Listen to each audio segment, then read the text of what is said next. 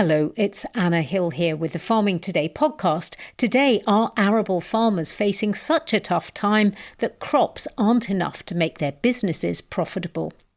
If the price that you're being paid for the crop is below the cost of actually growing it, then there isn't any margin to run a farming business. We'll have more on that a little later. First, though, this week sees two farming conferences in Oxford, the Oxford Farming Conference and the Oxford Real Farming Conference. Charlotte will be presenting from both tomorrow. This year, the OFC theme is growing resilience, so we're looking at examples of resilience on the farm, whether that's financial, environmental or even personal, the well-being of farmers themselves. And it's well-being we're focusing on today. Nancy Nicholson reports from Scotland on a new movement that's helping farmers prioritise their physical and mental health. Through you come and just watch your step here. Right, well, I'm following Jock Gibson through the cattle sheds on his upland farm in Murrayshire. A far cry this cold winter's morning from the dreaming spires of Oxford, Jock. But you've put the conference theme of resilience at the very heart of your business, haven't you? And it's about your personal well-being. Absolutely. I think key to the success of our business is how we also look after ourselves so that when we're operating at our best self, our businesses are also able to operate at their best potential. You're one of the founder members of Farmstrong Scotland. Now, what is it? So Farmstrong Scotland came about as a result of a tour by a Kiwi farmer, Doug Avery, talking about his story to do with depression, and out of that, how he built his inner resilience. As a wash-up from that tour, he suggested looking at Farmstrong in New Zealand, which at that time had been going for about 4 or 5 years. So we started looking at that model and what it would take to bring it over here and apply it to a Scottish farming and crofting audience. So what sort of things are we talking about, Jock? Key to well-being is looking at the 5 ways to well-being, and that's things like connecting with people, learning, taking notice, keeping active as well is a really important thing. And then we look at specific topics as well in addition to that. And that's based on the survey that we put out to farmers and crofters to see where there is a need. And so that might be on sleep. We've done a really successful campaign recently on the menopause. So it's things like that as a needs basis to really target people. Is there a need for another I'm sure you'll say yes, another organisation when there's already support in different ways across the community? I'm thinking about things like the farming charities and also the regular agencies. Absolutely. I think what a lot of these charities do is intervene in a moment of crisis. And what Farmstrong is trying to do is to help farmers and crofters help themselves so that they don't get to that crisis point. We're standing here looking at all your Highland cattle or Highland cross cattle all munching very happily and comfortably on silage when it's really pretty cold outside. But what do you do to look after your own personal well-being? For me, learning is a big part. Getting out, taking dogs for a walk is really important. We're having conversations now that I would never imagine we would have had even 5 years ago. Our chair, John, and I talk regularly about stuff that's, maybe not going quite so well or we're struggling with. It's amazing just the conversations that, particularly as men, that we just aren't used to having traditionally, and we now almost given ourselves permission to have. Jock Gibson there with Nancy Nicholson. The rapid expansion of large solar farms in many parts of the country has caused consternation among many people in the countryside who, although supporting green energy, are protesting at the scale of the developments. In Norfolk, the countryside charity CPRE held an exhibition for local people so they could see maps of solar farms in the planning process. The solar farms go through something called the Nationally Significant Infrastructure Project process, rather than the local planning authority. Campaigners say that means people feel they have little chance to object. Now CPRE Norfolk is forming an alliance of local councils and protest groups to provide support in opposition to the projects. I went along to the exhibition in Dereham Memorial Hall to hear from local people. We live on the edge of Site 8B, and we will be looking at a 60-foot high wall of solar panels if it goes ahead. You say 60-foot Yeah, high? because the field concern is on a slope. So there's a 14-metre drop between the top of the field and the bottom. If you add a 4.5-metre high solar panel, that's 18.5 metres at 60 feet. We built this retirement bungalow. We can't sell it. Nobody would buy it. What do we do now? You know.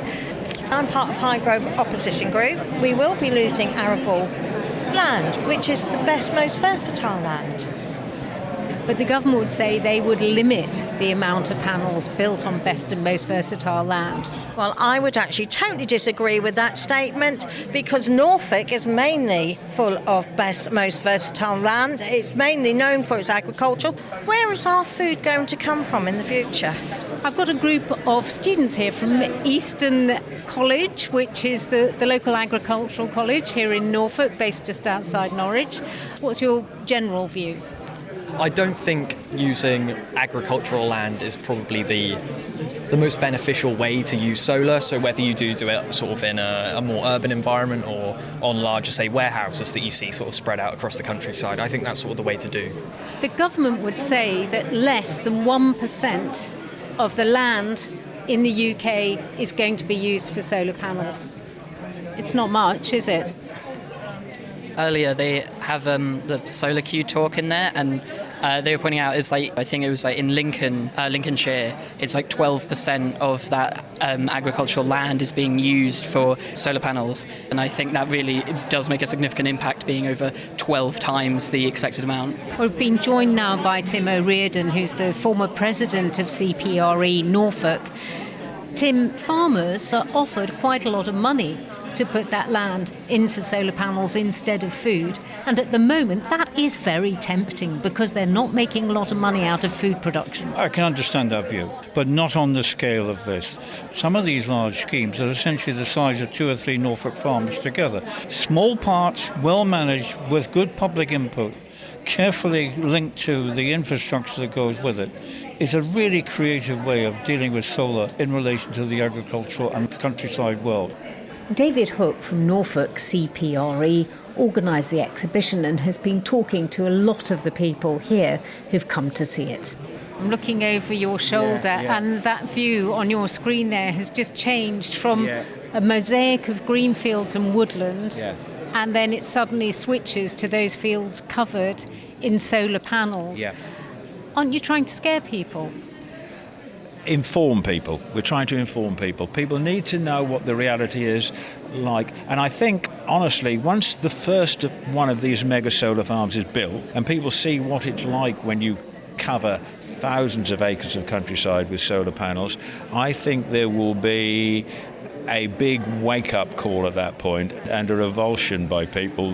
What are we doing to our countryside?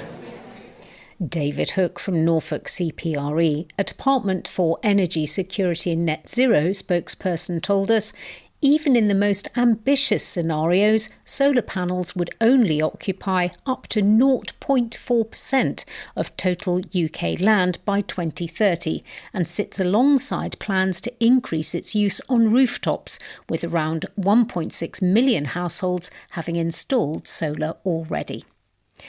Uncertainty about whether a farm will break even, let alone make a profit, is concerning arable farmers, according to Dame Minette Batter's recent report on farm profitability.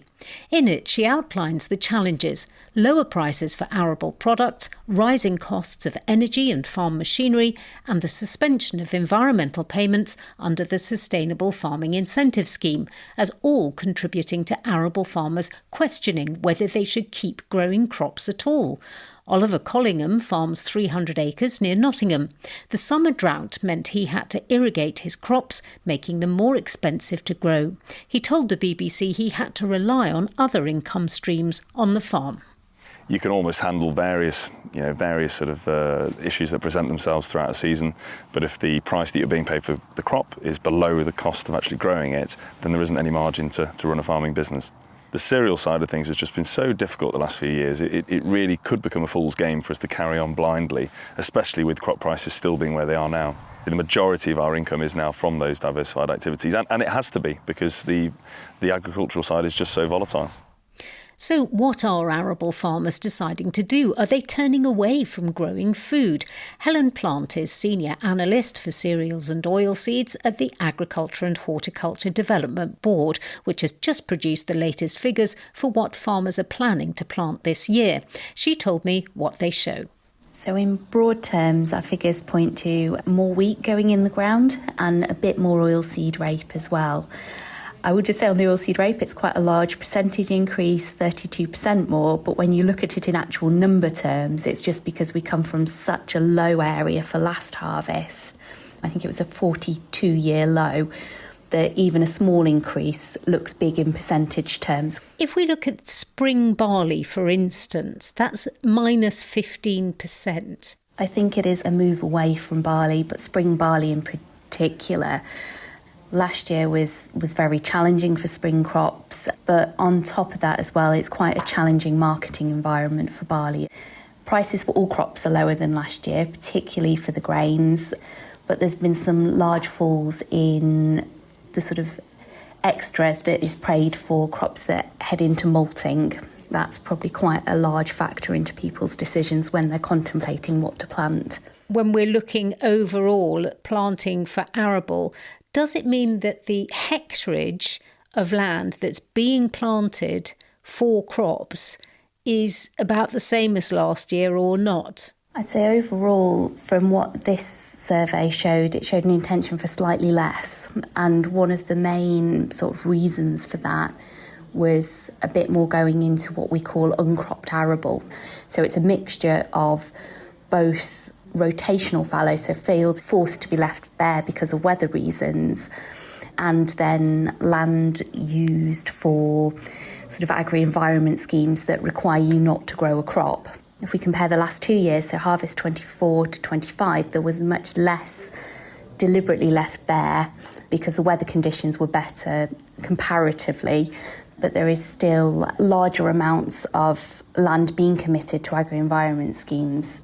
Though we don't have the data exactly to show that, we look at the total amount that's not being cropped, it's higher than it has been for at least 10 years now. Do we actually have figures to show whether the suspension of the SFI has had an impact on what people are planning to do in their fields? The timing of when the suspension of the scheme came in means it's hard to separate out the factors at the moment. I think we'll see a lot more in data later this year. We mentioned that Dame Minette Batter's highlighted the fact that arable farmers are feeling very, very uncertain about the future. There's a problem there, isn't there, that farmers don't see arable as a profitable job in itself? It is very challenging for farmers out there, and people I've spoke to at events over our winter and through our regional team, it is a very challenging environment. While there is a bit of optimism about hopefully having a better year this year in terms of production, there's a long way to go on the final picture yet. Helen Plant from the AHDB. That's all from us today. I'm Anna Hill. The producer was Rebecca Rooney. Farming Today is a BBC Audio Bristol production.